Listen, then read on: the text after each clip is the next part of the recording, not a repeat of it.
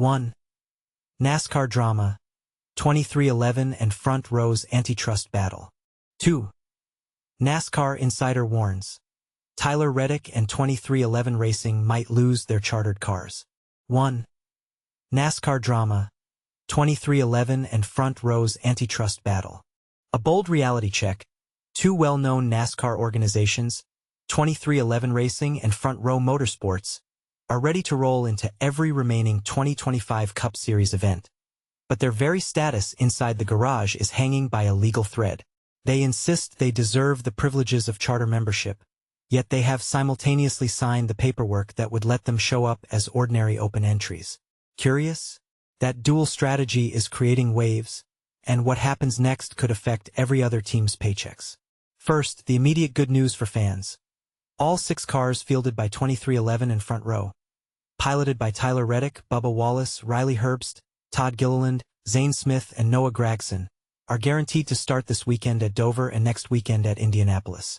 Why? Because those 2 races attracted 40 or fewer entries, meaning every car automatically fits into the grid. But here's where it gets controversial. After Indy, nothing is guaranteed.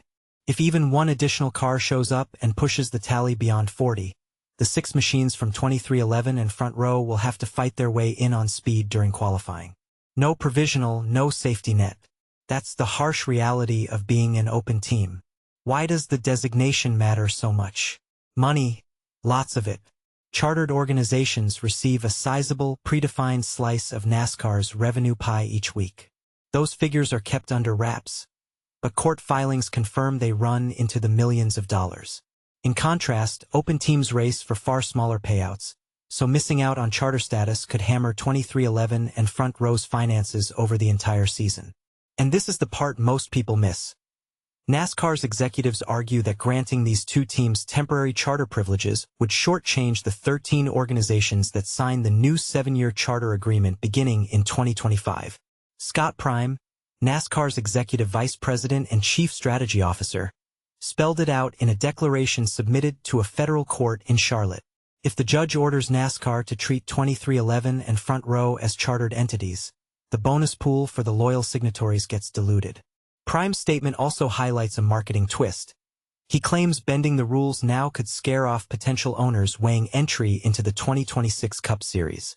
In other words, today's courtroom decision might reshape tomorrow's ownership landscape. Meanwhile, legal filings reveal that apart from Dover and Indy, no open entry forms have been submitted yet for the remainder of the 2025 schedule.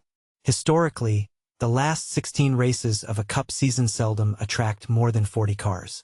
Still, it only takes one extra entry to put 2311 and Front Row on the qualifying bubble. A quick refresher on the charter system. Established in 2016, it grants teams guaranteed starting spots and better revenue distribution in exchange for signing multi-year agreements. Think of it like a franchise license in traditional stick-and-ball sports. The latest iteration promises increasing payouts every year through 2031. 2311 Racing and Front Row Motorsports were the only holdouts in this renewal cycle, which is why they're now suing NASCAR for alleged antitrust violations. For transparency, NASCAR sealed most of its court documents, though 5 remain public. Prime's declaration, a legal brief from attorney David L. Johnson, and 3 media articles featuring charter-related commentary, including remarks by 2311 co-owner Denny Hamlin, who openly said his team would compete as an open outfit if necessary. Behind the byline, veteran motorsports journalist Deb Williams compiled these details. A North Carolina native with 4 decades in the paddock, Williams has written for outlets ranging from United Press International and USA Today to ESPNW and the Charlotte Observer. She's collected multiple National Motorsports Press Association awards, the Russ Catlin Honor twice, and in 2024 entered the NMPA Hall of Fame. Thought-provoking question for you. Should NASCAR temporarily elevate 2311 and Front Row to charter status for the sake of competitive fairness? Or would that unfairly penalize the 13 teams that signed the deal in good faith? Weigh in. Your viewpoint might be the controversy's next lap. 2. NASCAR insider warns. Tyler Reddick and 2311 Racing might lose their chartered cars. Imagine the chaos if Tyler Reddick and his teammates at 23XI Racing suddenly found themselves without chartered cars for the season. This isn't a hypothetical scenario. It's a real possibility looming over the NASCAR community. The ongoing lawsuit involving 23XI and Front Row Motorsports, FRM, could strip these teams of their charters, sending shockwaves through the sport. But here's where it gets controversial. If the charters are lost, the ripple effects could extend far beyond just the teams themselves. Last year, when 23XI and FRM fought for preliminary injunctions to secure their chartered status, they emphasized a critical point. Many driver contracts, including those of Tyler Reddick, Bubba Wallace, Riley Herbst, Noah Gragson, Todd Gilliland, and Zane Smith, explicitly require a chartered car. This means that if 23XI loses its charters, these drivers could potentially become free agents. For 23XI, which views Reddick as a star driver, this is a nightmare scenario.